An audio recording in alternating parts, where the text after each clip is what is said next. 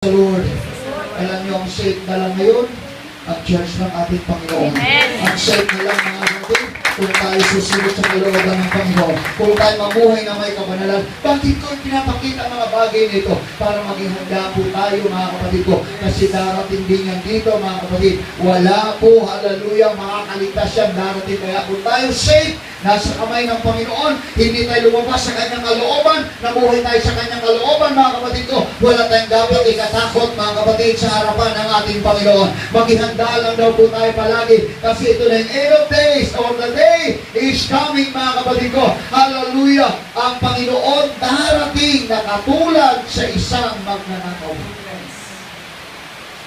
Pwede mamayang gabi, pwede bukas.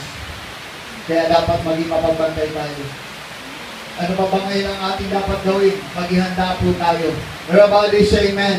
Maghihanda tayo sa ating pananampalataya mga kapatid. Hallelujah. Maghihanda po tayo against false teachers. Maghihanda po tayo mga kapatid ko. Kaya magpasakop tayo. Submit yourselves. Hallelujah. Therefore, to God. Magpapasakop tayo palagi sa Panginoon. Maglingkod tayo sa Panginoon. Sumambat tayo mga kapatid ko sa Panginoon. Alam natin mga kapatid ang hindi pagsambang kasalanan sa harapan ng ating Panginoon. Kaya paglingkuran natin ang ating Panginoon mga kapatid. At lumago tayo sa kaalaman. Hallelujah. Na nasa ating mahal na Panginoon. Amen! Hallelujah. Yun na lang yung ating magagawa ngayon. Ang kasalanan laganap na. Wala nang pwede makakapigil yan. Pag hindi ko sa bansa natin yung divorce, mga kapatid ko, mangyayari na yan. Yung same-sex marriage, mangyayari na yan dito. Dahil sinusulong, sasabihin nila, yung US nga, napakalaking bansa, kinikilala natin na na-aproban, tayo pa kayang maliliit. Ganun yun, mga kapatid. Kaya dapat, maghihanda po tayo. Ang paggawa ng kamalian sa harapan ng Diyos, ipagsusulit po natin. Dapat mag-iwote tayo sa harapan ng Panginoon. Dapat mabuhay tayo ng may kabanalan sa harapan ng ating Panginoon.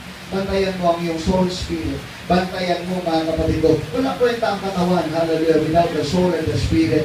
O the soul that sin it shall die, hallelujah. Mamamatay mga kapatid ang kaluluwa na nagkakasala. Kaya dapat mga kapatid, huwag tayong patangay. Kahit sino pang kaibigan mo mga kapatid ko, kahit sino pang Poncio Pilato ang aakay sa iyo sa kamalian, huwag kang magpapatangay. Dahil kaluluwa mo ang dadalhin mo sa kapahamakan. Kailangan tayong maligtas mga kapatid. Ang sabi ng binasa natin, gusto ng Diyos madala tayo sa pagliligtas. Gusto ng Panginoon, mga kapatid ko. Hallelujah. Kasi ngayon, ang Panginoon, mga kapatid, nayuyuratan talaga ang Panginoon. Ang Panginoon ngayon, mga kapatid ko, rejected talaga ng napakaraming tao.